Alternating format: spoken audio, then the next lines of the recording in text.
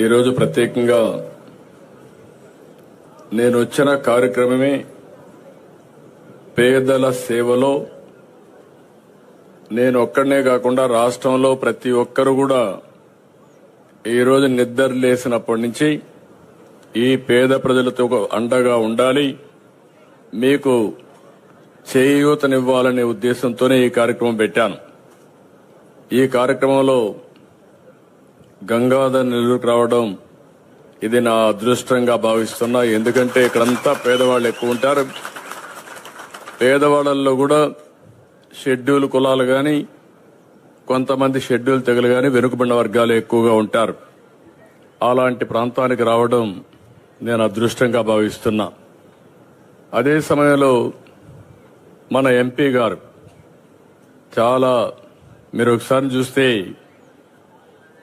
ప్రసాదరావు గారైతే ఒక బాగా చదువుకొని రిటైర్ అయిన తర్వాత ప్రజలకు సేవ చేయాలనే ఆలోచనతో ఇక్కడికి వచ్చారు.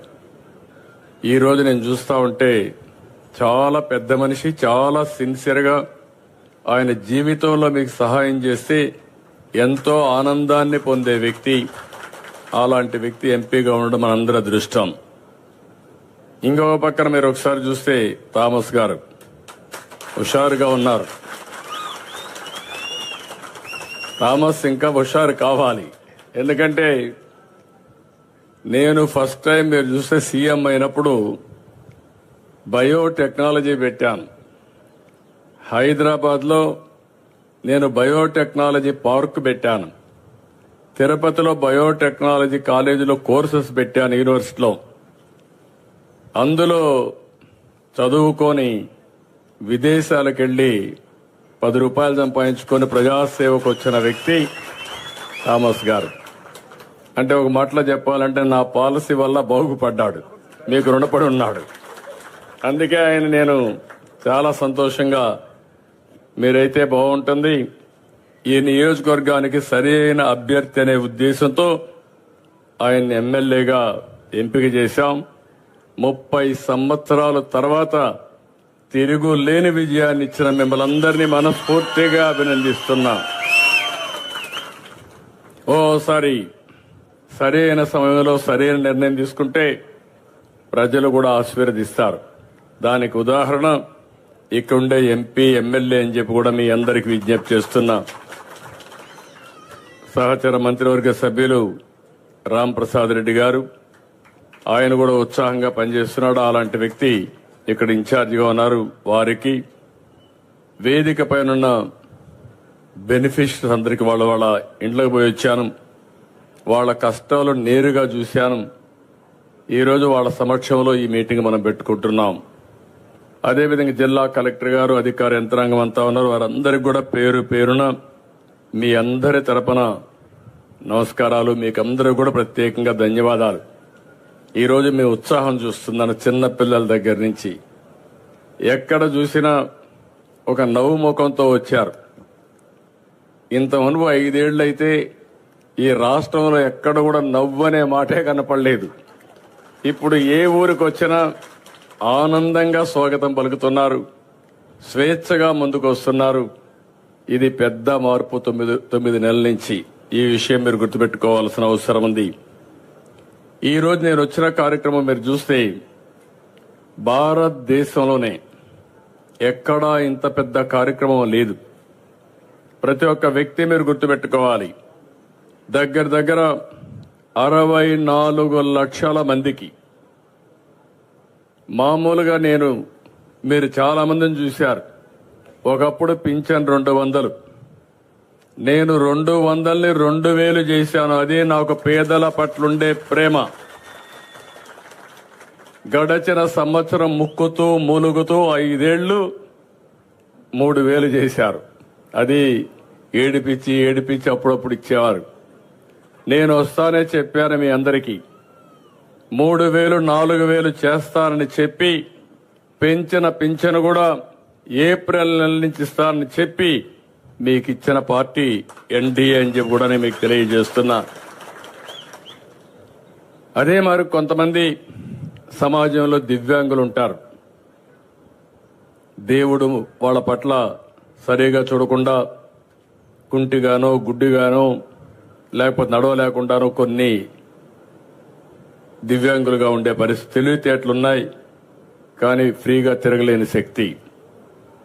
నేను ఒకప్పుడు 500 రూపాయల నుంచి 3,000 రూపాయలు చేసిన వ్యక్తి నేనే ఆ రోజు. మీరు గుర్తుపెట్టుకోవాలి. ఈ రోజు 3,000 నుంచి 6,000 చేశాను.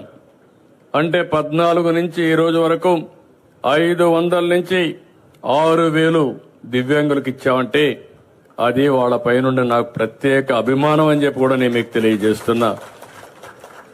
మనమైతే తిరగగలుగుతున్నాం, కష్టపడతాం.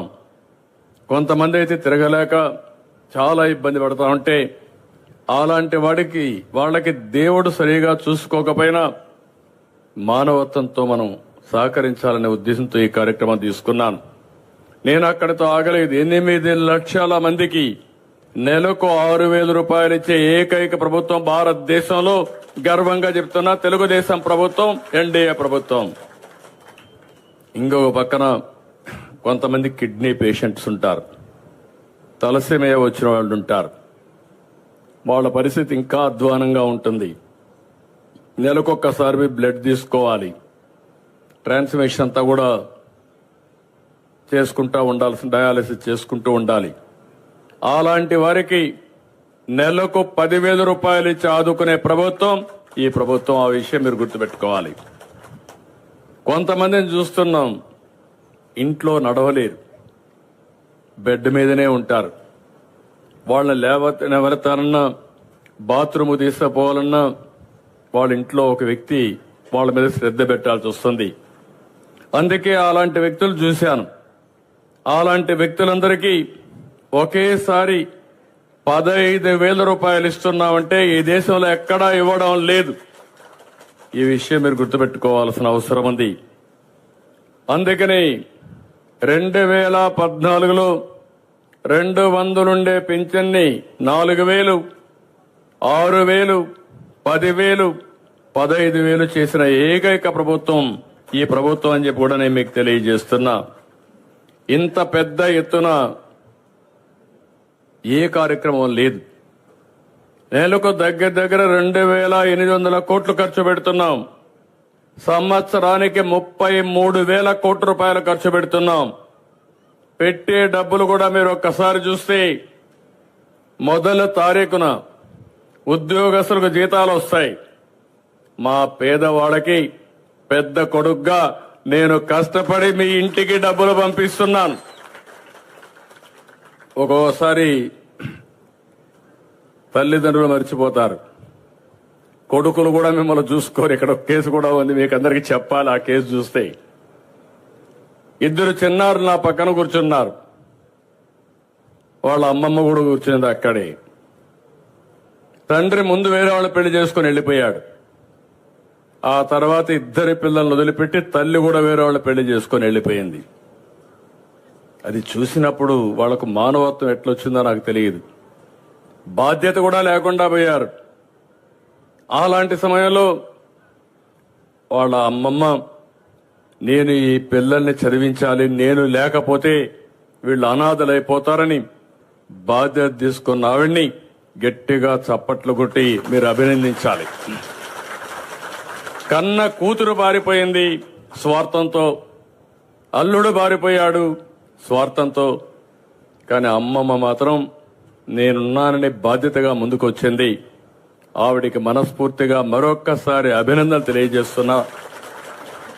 ఇది భారతదేశంలో విలువలకు మారు పేరని చెప్పి కూడా నేను మీకు తెలియజేస్తున్నా. ఇప్పుడు నేను అది ఆలోచించిన తర్వాత వాళ్ళిద్దరికీ ఏ విధంగా చేయాలనో ఆలోచించాను. ఆవిడికి ఇల్లు కూడా లేదు. ఇమ్మీడియట్ గా నేను ఎక్కడైతే హెలికాప్టర్ దిగానో అక్కడ ఇంటి జాగా ఇచ్చి ఒక్క